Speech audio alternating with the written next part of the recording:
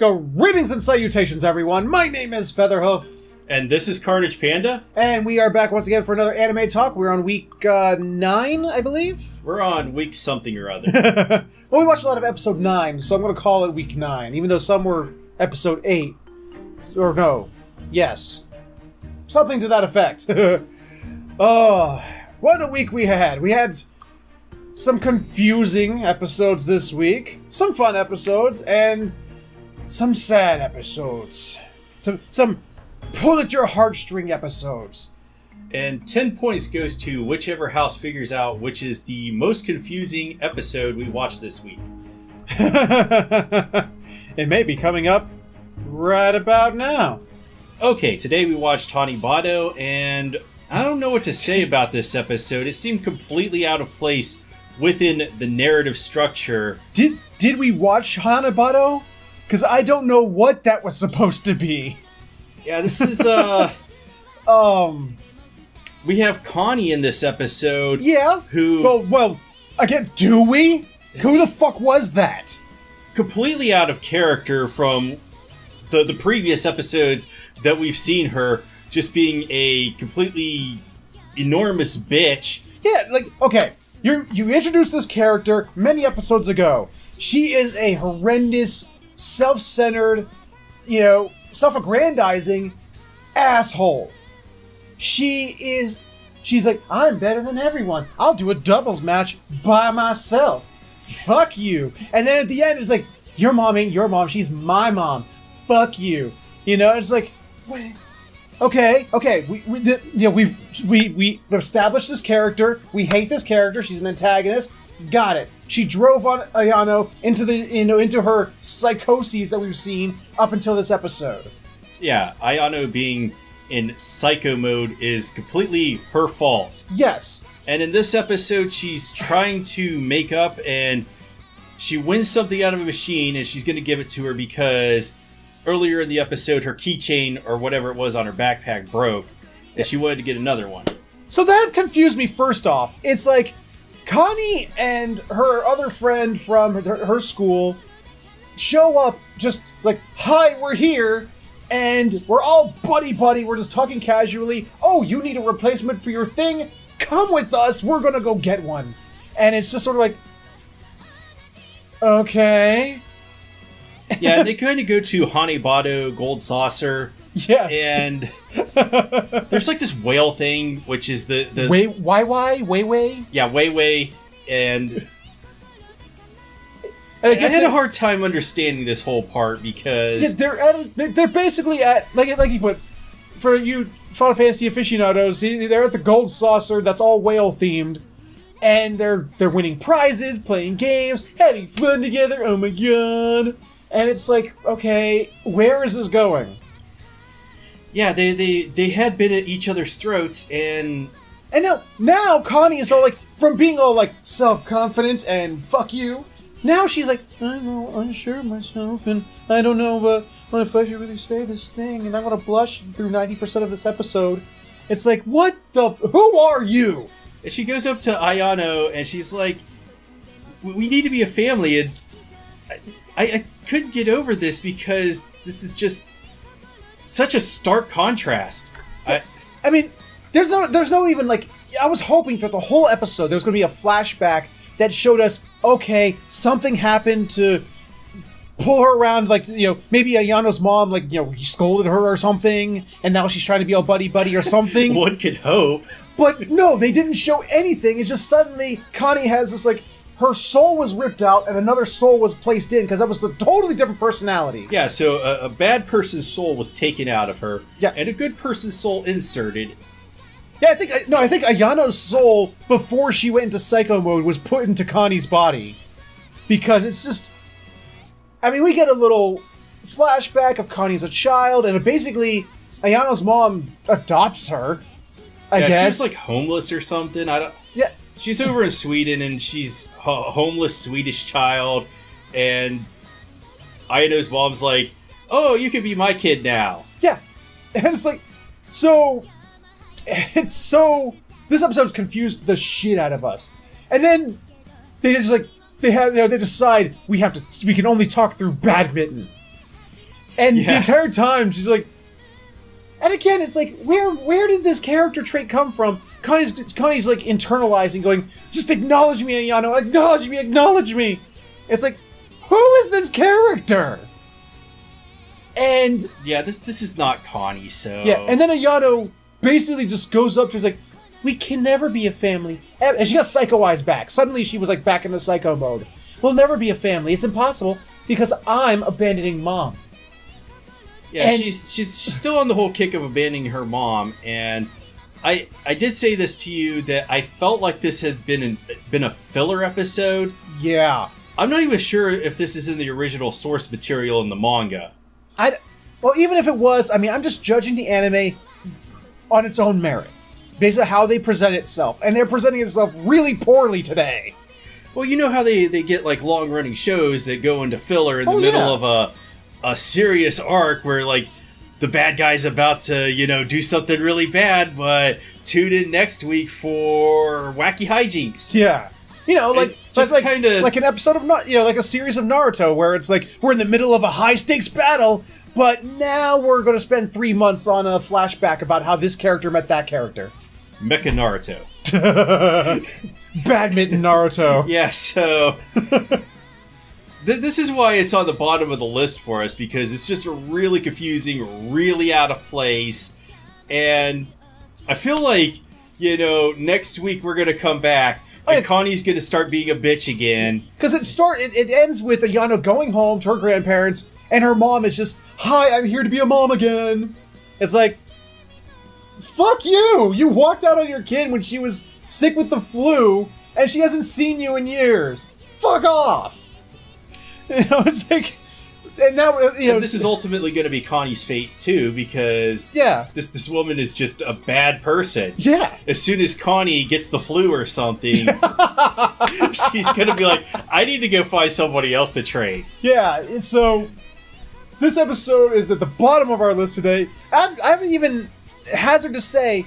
Usually, when we put it up in an episode here at 5th rank, it's not that it's a bad episode or even a bad show. It's just that it was the weakest this week. This was a bad episode. Yeah, this completely throws the show off, and they need to get back to badminton and staying consistent. Yeah. I mean, this episode had like 2 subplots. One about Aragaki and her continuing knee failure, and one about one of the boys that I don't even know where that was going or what that had to do with anything whatsoever.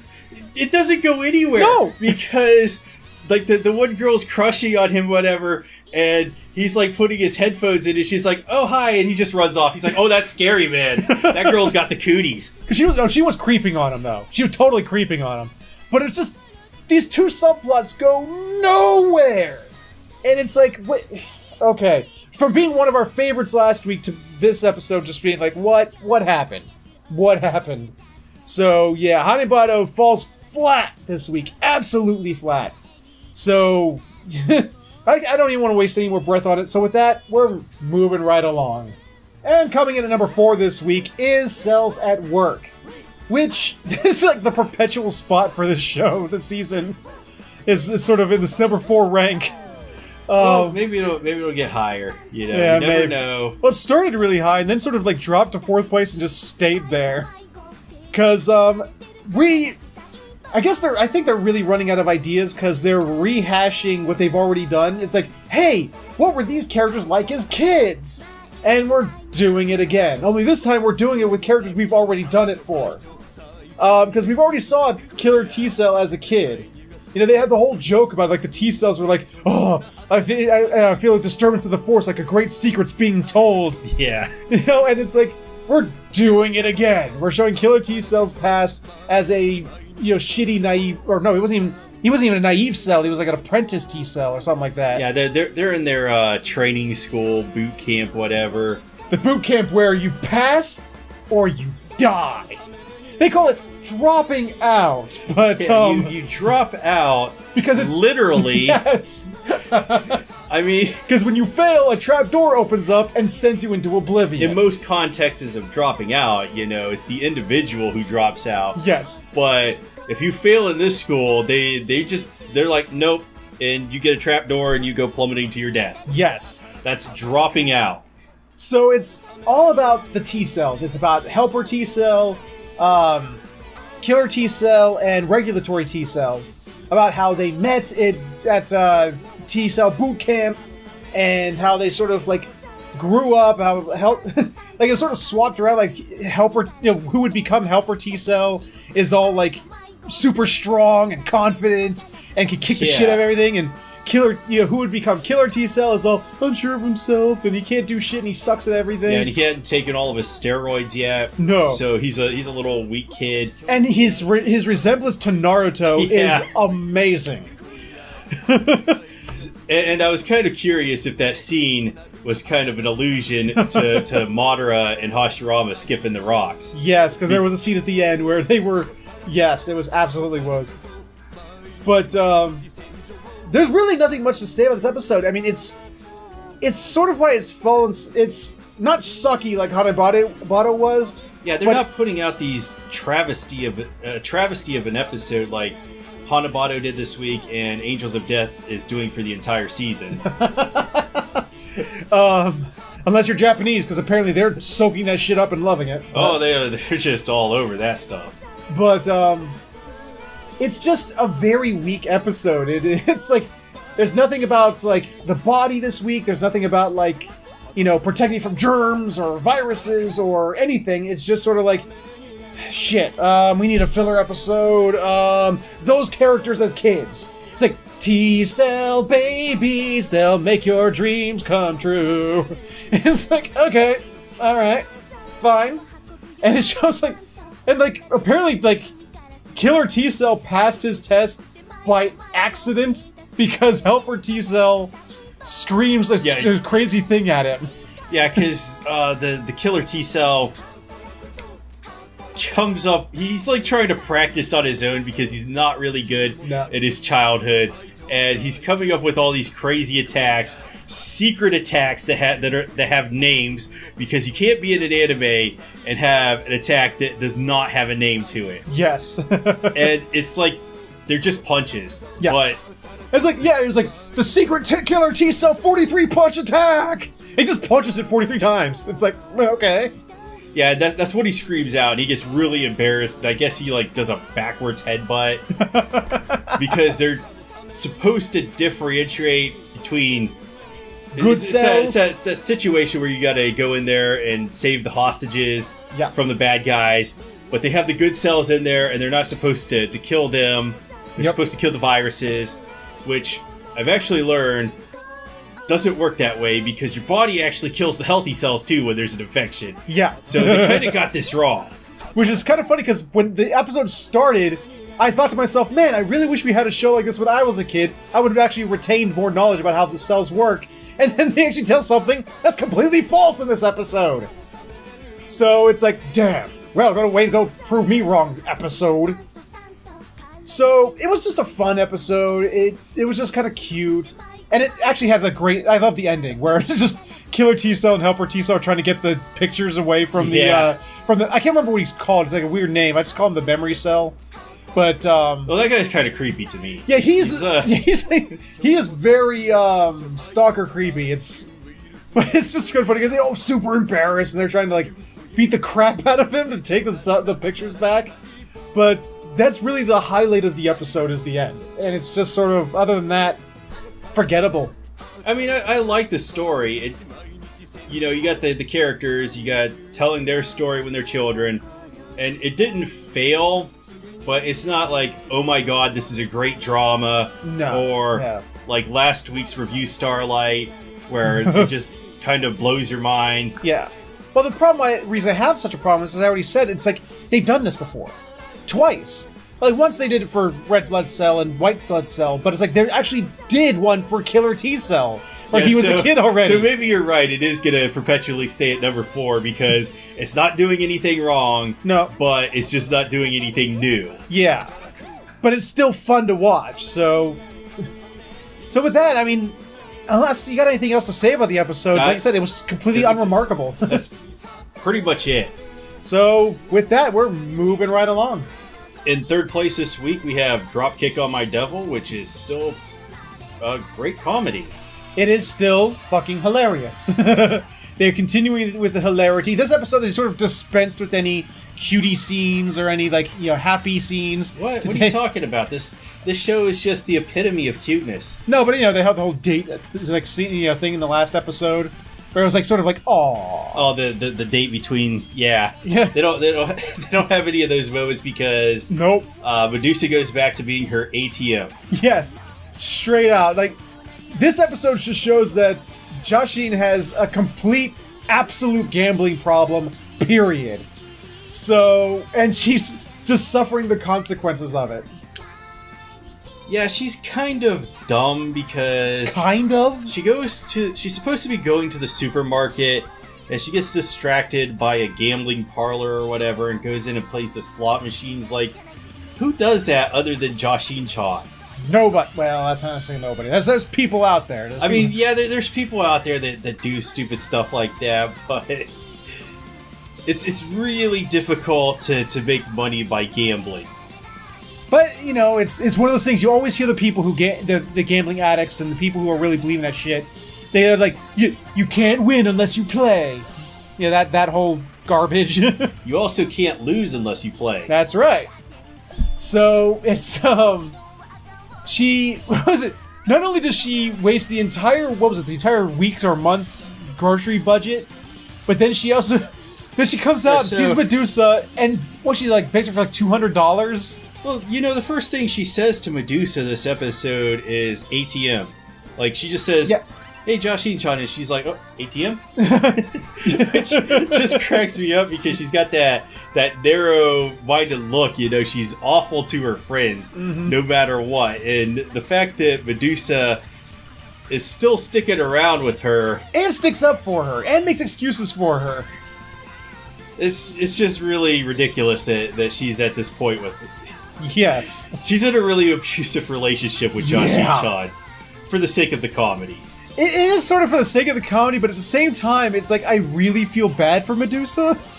Like, well, I do too, because she swindled her out of $200 to go back in and gamble. And not only does she lose all of it, then she steals her. No, she didn't even steal it. She just asks her for her credit card number, and she gives it. And then what was it, like $1,000 on mobile phone gaming? Yeah, she does that too. She's like, and Medusa's like, well, I didn't know if giving my credit card number, it wasn't my PIN number, so I didn't think anything like that was going to go wrong. Like, you just got to cue Gilbert Godfrey at this point. You fool! So it's like, I love it because then it's like Jashin-chan gets her ass beat, and then it's like she's laying in Medusa's in her lap. He's like, Medusa, you have a second credit card, don't you? He's like, yes, I do. He's like, text me the number when you get back to hell. To which Urinate proceeds to beat her ass some more. Jashin-chan is just irredeemable. Yeah, it's like, she's like, so Urinate's like, you are now on an allowance, and that's the only money. Yeah, I'm not even going to give you all the money. I'm just going to give you just your allowance, and you have to deal with it. But, and you have to pay back, Medusa too. Now, I'm going to take out the amount you owe from, I'm going to give you your allowance, minus the money you were supposed to spend on groceries, and give you your allowance. Now you go out and buy food. To which she goes out and, I guess she's like pretending like she's, trying to, not give in to temptation, but just straight out goes gambling again, loses it all, and then comes back to get her ass beat some more. She gets, what was it? No, she gets dropped through a time vortex? Well, that goes to the end of the episode when she drops her down into a trapdoor, a la Cells at Work style, and then she finds out that she went back to before she lost the initial money that she was supposed to get the food with. Yeah. And unfortunately, Jashin-chan just cannot learn her lesson. And she gets stuck in a time loop because she keeps repeating the same week or day or whatever. So it's the same day. This is like the same day. Yeah, the same day over and over again because she cannot help. She is a compulsive gambler. Yep. And then there was another subplot going on with the Angels, wasn't there? Yes, so the Angels had a subplot going on, but I didn't really care about it other than the fact that we learned that halos regenerate. And they are edible. But Jashin-chan does come over to Pekala and gives her Peanuts. Yeah, she gives her the peanuts because she's Jashin-chan. She's, Well, at first she uses it to chuck them at her. yeah, she's chucking at her because she's completely horrible. And she's got, like, 2 of these almost Subway sandwiches, but they're called ihamakis. Yeah, they look like a sushi roll, but they're like a foot and a half long. No, they're not a foot and a half long. They're like the entire length of Jashin-chan. That is kind of true, yeah. She has like one on her back, and it's like she's wielding it like a bow staff, and then she gives one to Pekala. Yeah, it looks like Goku's power pole on her back. Yeah, and apparently, according to the show, the way to eat these things is to not actually eat them, but just shove them in your throat and just deep throat them. Yes. Like, I was like, what? I don't know, because this is obviously some kind of Japanese cuisine. I don't know. I've never heard of it. This is accurate. I'm going to assume that it's not. Yeah, and you're supposed to eat it while facing a certain direction. Yeah. So you can get good luck or some shit. But it's just so ridiculous. But that's because it's Dropkick on My Devil. Of course it's ridiculous. That's very true. And then there was one more minor subplot, but I can't remember. Jashin-chan invites Ogre over to the house for some kind of festival. Like some kind of yearly festival thing. I completely forgot about that one, other than her just going, oh, he's so cute. Yeah, it's like apparently then they were chucking the peanuts at Ogre. It's like, devil out, good luck in, devil out, good luck in, or something like that. Or yeah, Yuride thinks this thing is so cute, and she has some weird fetishes. So she suddenly she gets mad at Jashin-chan for picking on Ogre because he's so adorable, and she dons like a sailor schoolgirl outfit with a machine gun and but the machine gun shoots peanuts. Yeah, and she just knocks Jashin-chan.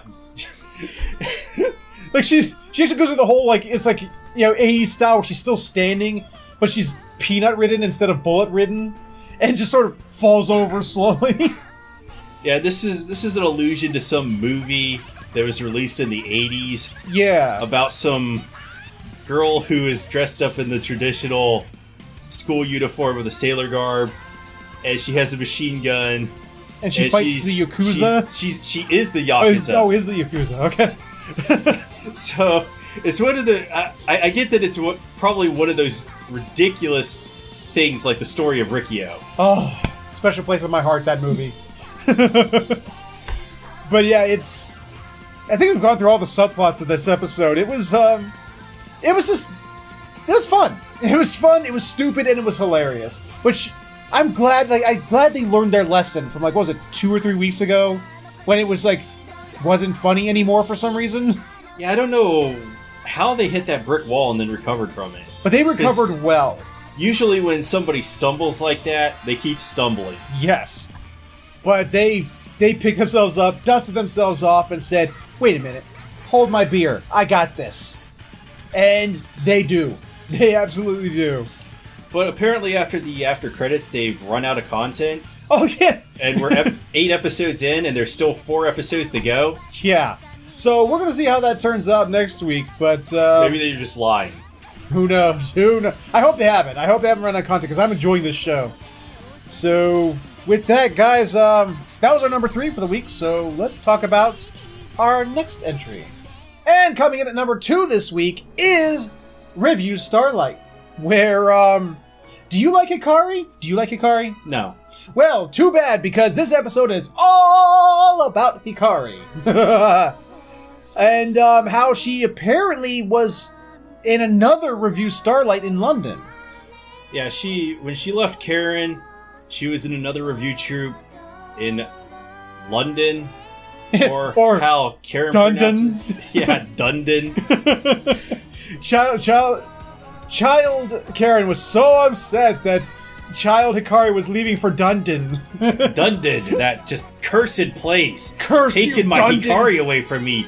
The most uninteresting person in the world. Let's face it. Let us be perfectly honest. Of all the characters in Review Starlight, Hikari really is the most uninteresting. She's just so bland that even Kauriko, who was that girl that we said was the worst girl, she's like, it's all about hair. Me, and the blue hair. Yeah, the one that's with the red Futaba. Hair. Okay. He's starting to remember these names. I'm starting to. We're 8 episodes in, and I've learned the names finally. But even she is a more compelling character than Hikari, because Hikari's just got the blandest of blandnesses going for her. But I think they sort of explain why in this episode, though. Well, so, yeah. She is in a whole other troupe. She's in a Review Starlight with, Jeffrey, London version or Dundon version of Jeffrey the Giraffe. He's got to be the same guy. It probably is, yeah. Which he understands and he sees. But she works through the ranks. She's actually fighting because she wants to be as, I think her shine is to get back to Karen. She's working for that promise that they made. And she loses. She comes in second place, but which is the first loser. Yes, but it looks like the second place, and it sort of correlates to Maya and the French girl, because Claudine, yeah, because Claudine sort of feels this way a little bit too, in that she, like Hikari, when she loses everything, her shine, all of it, and when she confronts Jeffrey about it later in the episode, he's like, hey, the power, the thing that the top star. Yeah, the top star. That power has to be fueled by something. Yeah, so apparently winning the review steals the other girl's souls and or their shine.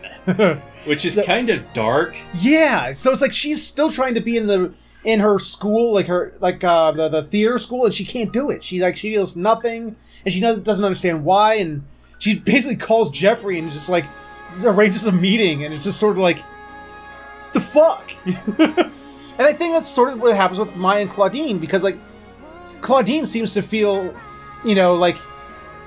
she's very aggressive towards Maya, and it may be for that sort of reason.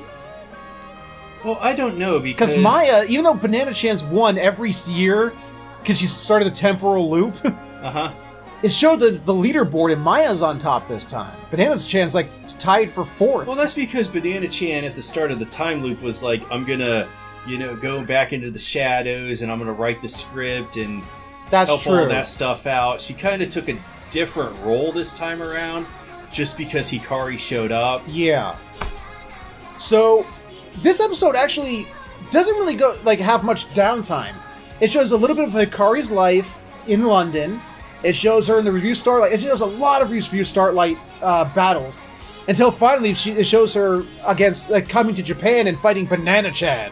Well, first off, I just wanted to comment about how Hikari, being bland, she loses to some faceless, nameless person. Yes. They don't even give any time for her. Well, no, it's not faceless, because it is the person who has the lead role in the theater group that she's there with. But they London. don't spend any time talking about this girl at all. Hikari just loses. And granted.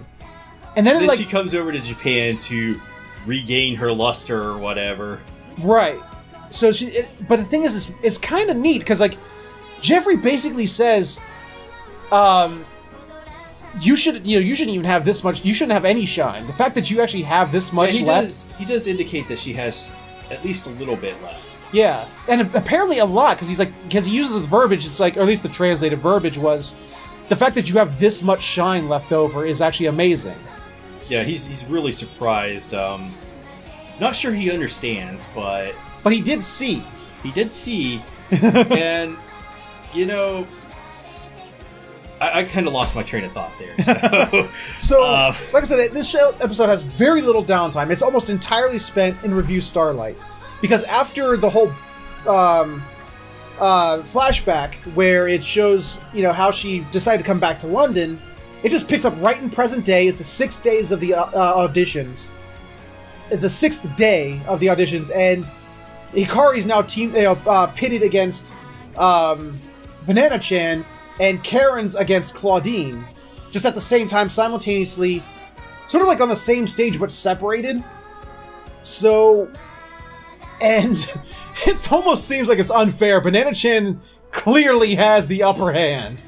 Yeah, so, like, Banana-chan does lose to Hikari, but Not after... it looks like she's toying with her the whole time. It does. Like, she's putting in zero effort.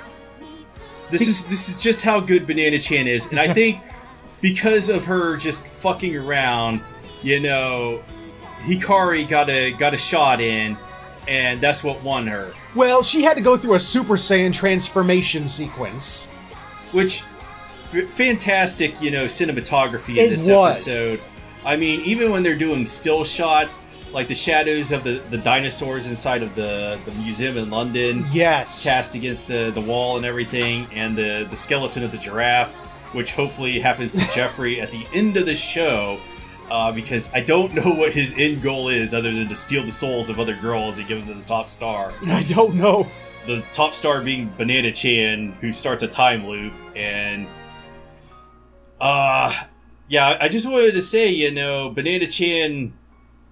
Was she just fucking around here, and... Is she gonna, like... Because there's still 4 episodes left. Yeah.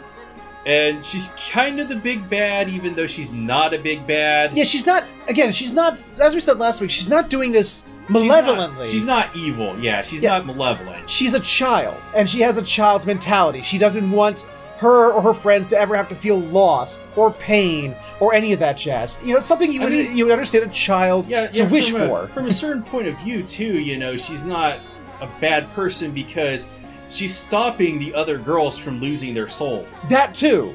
So it's like she's actually protecting everyone. That's the only way she can do it, because any other wish she would make, being top star, would drain the shine of all those other people.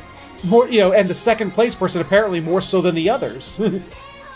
So it's like, it's setting up, because Banana-chan says it at the end, you do realize that Starlight is a tragedy. Yeah. One day you are going to fight Karen. Yeah, and so this is not going to end well for you. They're setting up maybe final episode being between Hikari and Karen, and something... Since the play of Starlight is written as a tragedy, right. Banana's saying, this isn't going to go well. Yeah. You know, I was trying to save everyone from all this pain, all this hurt, but it's just like, it's all fucked up because of Hikari. Because Hikari made the deal with Jeffrey that screwed up Banana-chan's temporal loop. So... No, Banana-chan screwed up her own temporal loop because she was the one who made the wish back in the last episode about having a review that no one could predict. Otherwise, that's right. Otherwise, it just would have been the same time loop. But apparently she didn't mind, because she did the time loop so many times that a goddamn tree sprouted. So, I mean... Well, I think that in the end, Banana-chan would still try to go for the #1 spot just to protect everybody. But the thing is, she's doing poorly this time, because she's knocked down to 4th place and tied with Karen. But I just have a question, you know, in the other reviews, because they don't even talk about it. They just show Banana-chan defeating Maya and taking the top spot. Right. And all the reviews conclude. Did Banana-chan actually win every single review? Good point. Good point. You make a good point there.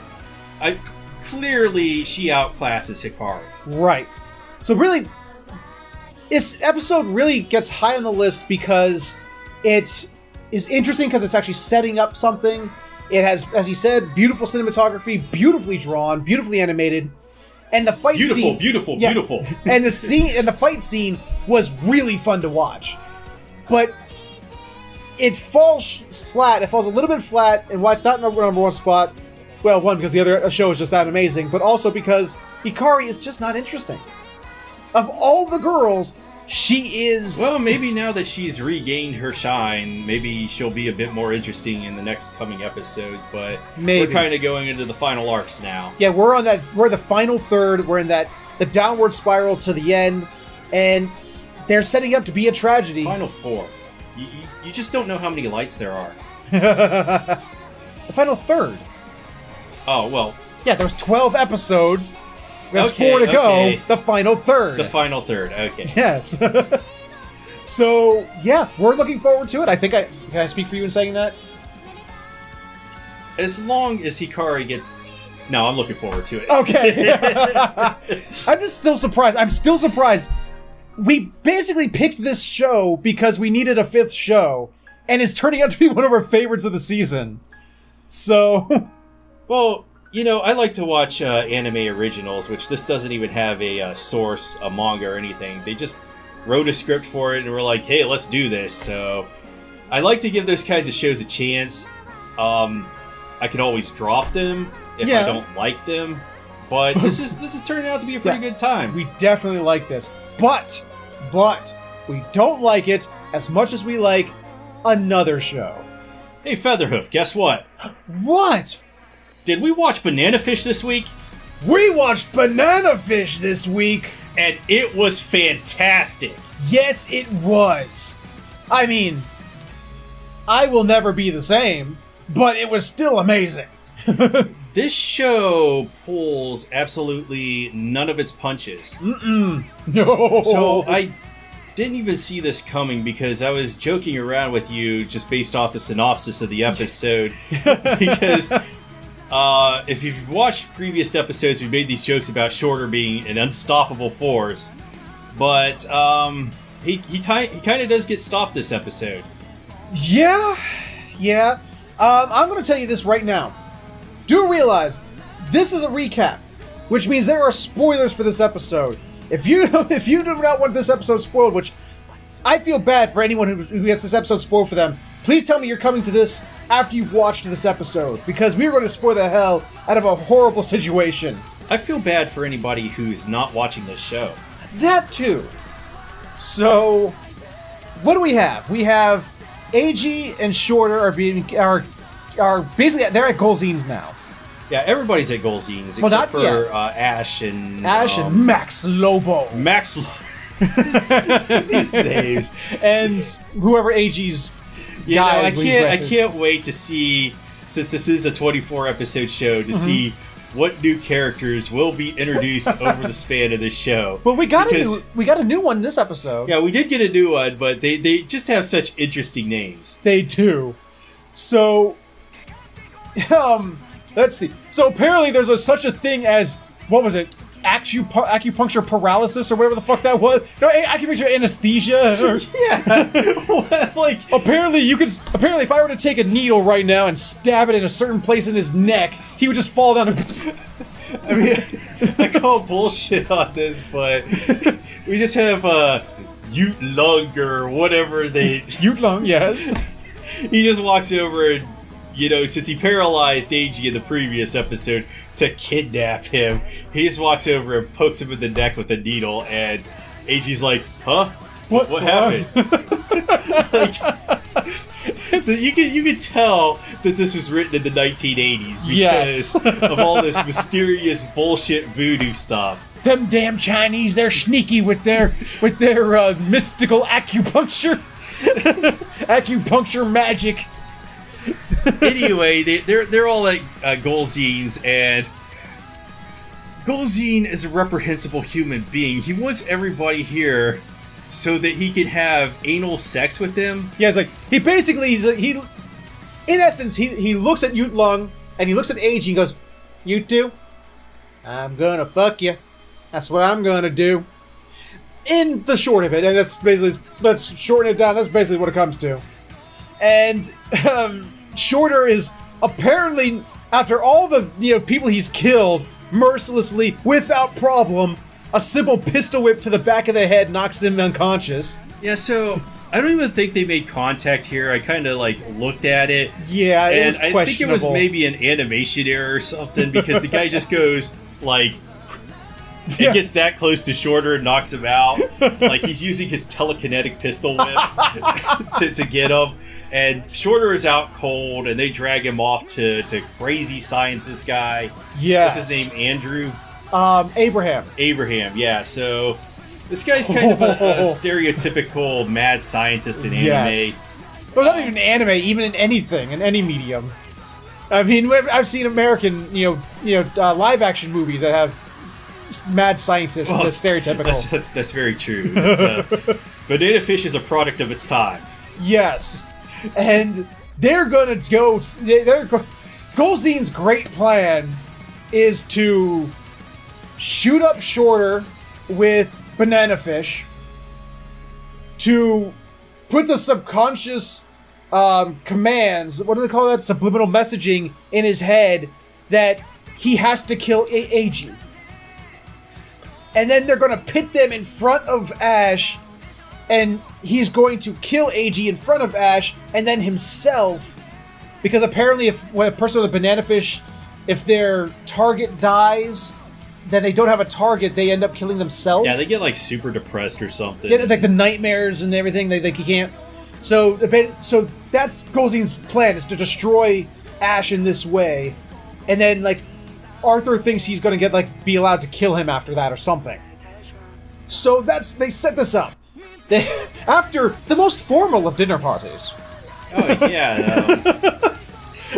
Max Lobo, Eiji's what would you even call him? His chaperone, I guess. They didn't even really get to have dinner either, you know. They serve the dinner. They serve the dinner, and then they bring Ash in, and he's dressed up, and he's got a piercing in his ear of what was it, jade? Yes, a jade. Yeah, he has a jade earring in there that cost $200,000. Yeah, that's a crazy amount of money to put into a piece of jewelry. And it's just, and then after here, drink this wine. He drinks the wine. Let's serve the food. No one gets to eat the food, damn it, before they're dragged off. Yeah, a bunch of guys rush in, they got guns, and they're like, oh, we gotta go over to the torture chamber now. What? They got them all dressed up for the dinner party, and then undressed them and put them back in their street clothes? Oh, whatever. Because it's like, okay. This is Golzine we're talking with. This guy Good point. He probably raped somebody between scenes, knowing this guy him. is not all there. No. But he brings back his senator friend and the the Republican. The Republican, remember? Yeah, they did make a point to point out that this guy is a Republican. Yeah, he's not just a U.S. senator; he's a Republican U.S. senator. But and he nondescript brings him colonel. in, brings both these guys in to show them about Banana Fish. Yes, and the great results they've gotten, which is they've injected Shorter with it and given him PTSD, and he's going to kill Eiji. This actually was one of my favorite scenes. Abraham comes in, and he sees Ash, and Ash, he basically introduces himself to Ash, and almost tries to give him a plea why he did what he did, calling it justifiable revenge. They all made fun of me, so I shut them up with Banana Fish. And except for your brother Griff, he was always good to me, but he would have turned me in or some shit. And it was like, so I had to dispose of him too. It was justifiable. So I love it. I was just like, was that? Yeah, I guess. This might be foreshadowing to when he gets Banana Fish put into himself. Yeah, because he goes, is that what that is? Okay, then when I kill you, it'll be justifiable revenge, bitch. So I'm looking forward to that day. But until I'm looking forward to all the bad guys getting their comeuppance in this show. Yeah, there's usually some of the best villains ever written are those that have some kind of tragic past or something that's relatable to them. I don't even care in this show. To be these guys fair, there's no bad guy in this show that's even remotely redeemable. Well, to be fair, there are no good guys in the show because they're all gangsters. Oh, Eiji. Except for Eiji and his other buddy that came from Japan. I'm gonna call him his chaperone. I cannot remember his name. Yeah, I can't remember his name either, but Ash is a gangster. Max Lobo, he was in prison because reasons. He was a journalist, and he got put in prison because he assaulted somebody while trying to do whatever. He was trying to track down Banana Fish and ended up assaulting somebody important. Well, whatever, but they're not really good guys. Nah. But some guys are worse than the others. Yeah, some people love to rape. It's specifically, if you're a bad guy in this show, you're probably currently raping somebody or have raped somebody. And then, which our senator friend and colonel friend, they're probably gay and rapists too. Yeah. So, and then there's this, in the middle of the torture, there's a Meanwhile, over here, it shows like what's left of Ash's gang, and they meet up with I guess Shorter had his own gang? Yeah, he was like the boss of the Chinese or whatever. And this really short dude shows up to Ash's gang. Sing Su, I think it was? Yeah, Sing. And I guess he's going to be our replacement for Shorter. He's the character I've seen during the opening credits going, I thought that was AG, like finally AG got some balls and like became a gangster as well. But no, that's a totally different character named Sing. And they're loyal to Shorter. And they're like, we're going to go get Shorter. And that, we know Shorter's with Ash, so you guys got to come help us. And they're like, okay. And then back to the torture. It was like, man, there's just too much torture. We need to put a break in the middle of the torture. Okay, the break's over. Back to the torture. And they pit Shorter and AG in front of Ash. He's like, do you remember Mortal Kombat 2? Where the Shao Kahn stage where Kano and Sonya are like chained up? Do you remember that shit? Yeah. They're doing that to Ash, and they just throw the two of them down in front of him, and Shorter he loses it and starts trying to kill AG. Which was it? Arthur gives him a butterfly knife. He's like, "You better fight back, or you're gonna die, bitch." Arthur has the butterfly knife, and yeah, I'm like, but he throws it at AG. Well, he gives them both knives. Well, that's true. Yeah. Because they want Shorter to kill AG or AG to kill Shorter, just to be dicks. It's just to torture Ash, and then Ash sort of breaks through the Banana Fish programming a little bit. Well, first off, Shorter sees like a bust of some angels on the doorway or something, and then I guess that's to infer that Ash is his angel or whatever. I guess. I don't know. And Ash is able to stop the effects of the banana fish for 30 seconds. 30 seconds or whatever. And Shorter's like, I'm too tortured. I can't go on. You gotta stop me. Yeah. To which Arthur throws a gun down with one bullet in it. Tells him, you got one bullet. Because I guess, as if they put more in there, he would turn it on Golzine. Which he probably would have, but... Well, I think, this is like a no-win situation. No, this is the Kobayashi Maru. He either kills AG, or he kills Shorter, or the bullet misses a vital place and does nothing. Yeah. So, why doesn't he just take a shot at, like, Golzine, the Senator, or the Colonel, I think it's to show that he's... trying to get the headshot on this guy, it's just to... It's to show that he's not just a ruthless, strategic killing machine. He's actually a human being. He's supposed to, man. He has some humanity to him. That's why Ash Lynx is the main character and why you sympathize with him. It's to sympathize with Ash. It's kind of a risk to take, though, because if he shoots Shorter... Clean through the heart! He could have hit him anywhere else, It was either the heart or the lung. He shot him right through the heart. Oh, was it the heart? Okay. Yeah, he got him right through the heart, which obviously is going to stop somebody, but yeah. He could have hit him somewhere else, and it might not have affected him. Yeah, this was... If you liked Shorter, this was not the episode for you. I mean, he could get better. He is Shorter. The Grim Reaper's going to show up and he's going to kick his ass. He's like, nope, not time to go. Not for me. Nope. I may be under the effects of banana fish, which I thought was going to be a horrible mistake when they injected him. Yeah. This is Shorter we're talking about.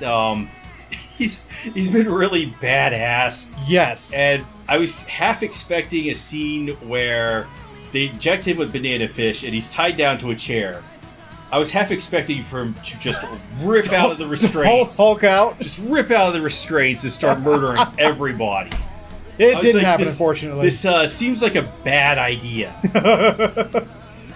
So then, after this Abraham dude is so fucked up. After Shorter dies, he gets all excited that Ash didn't do a headshot. And he's like, yeah. Yes! I get to dissect his brain! Yeah! It's like, okay, dude. Calm your tits. Yeah, this guy is probably going to get his comeuppance. Oh, yeah. I assume he's going to get some banana fish and then shot in the head or something. Something.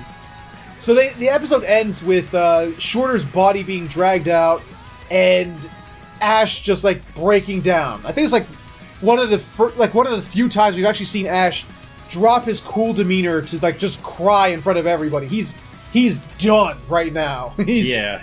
So it's he had to kill his bro. So yeah, it tears you up inside. It really does. It's a really well done scene. It's a really well done episode.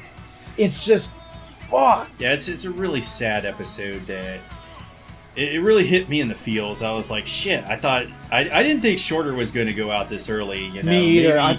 Maybe at like the end where he just goes out in a blaze of glory. I mean, this was absolutely a Gurren Lagann Kamiya situation. Yeah, right here. It absolutely where was. they do it like right in the early stages of the show. Yep.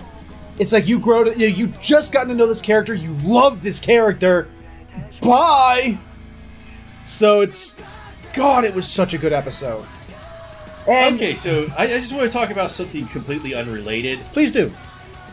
Shorter's workout regimen, since he is mostly shirtless throughout the entire episode, he is fucking ripped. Yeah, like he must have been the inventor of the 8-minute abs workout. Dude, you can cut diamonds on that dude's abs. This guy is like in peak physical condition. Well, the thing is, I'm noticing that about nearly every character, especially on the good guy side. And then you have to contrast that. You have to contrast that with his stupid 80s styles tennis shoes that he's wearing. Like, those things were so distracting. Yes. And, completely ripped guy. He obviously went to the gym every day. And now he's gone. He is gone. And we're going to have to see what that does to the show, because I don't know if I want to live in an animated world where there is no Shorter. Well, hopefully Scene can make up for him, because he's got some tall shoes to fill, but he ain't gonna fill them. Not with all 4 feet 2 inches of 4 himself. Feet 2 inches. Maybe he is a badass. Though. I don't know. He might be. Although it does look like they're setting up Ute Long to sort of not necessarily be a good guy, but at least an ally. Ute Long is probably gonna be the anti-hero. Yeah, he's gonna be. Yeah. He's not. You can tell that he's not on Golzin's side. Well, he's specifically because he's sneaking around and he wants to fuck his brothers over. Yeah. So I don't exactly know what his angle is and what he's gonna do, but there's like a 3-way fuck fest here. In more ways than one. That's poor choice of words, I guess. So, guys, with that episode tore us up. It really did. It just when that happened, I couldn't stop. I'm just sitting there going, no, that did not just fucking happen. Yeah, you can't take Shorter away from us. But Rip they did. Shorter. That they did. I guess you can just spam F down in the comments for him. Yes, I want to see all the press Fs for respect, because he deserves it. But with that, guys, we're going to go ahead and we're going to end this episode here with Banana Fish once again at the top ranking. And guys, with that is the end of this week. God, what happened to Hanebado? That hopefully next week makes up for that shit. Hopefully we do not have to see something like that next week, because God, that episode was kind of wasted our time. It absolutely did. And then Banana Fish, like on the opposite spectrum, Banana Fish was so good that it just destroyed us. Like Hanebado was so bad it destroyed us, and Banana Fish was so good it destroyed us. So one destroyed our feels, the other destroyed our souls. Yes. So here's to hoping for another cool week of anime. I hope you guys enjoyed this episode. If you agree or disagree with anything we said in this episode, let us know in the comments below. Otherwise, guys, if you enjoyed the episode, let us know with a like, comment, subscribe, share it, or you can click on the annotations for other videos we've done. Thank you so much for watching, and we will see you all next time.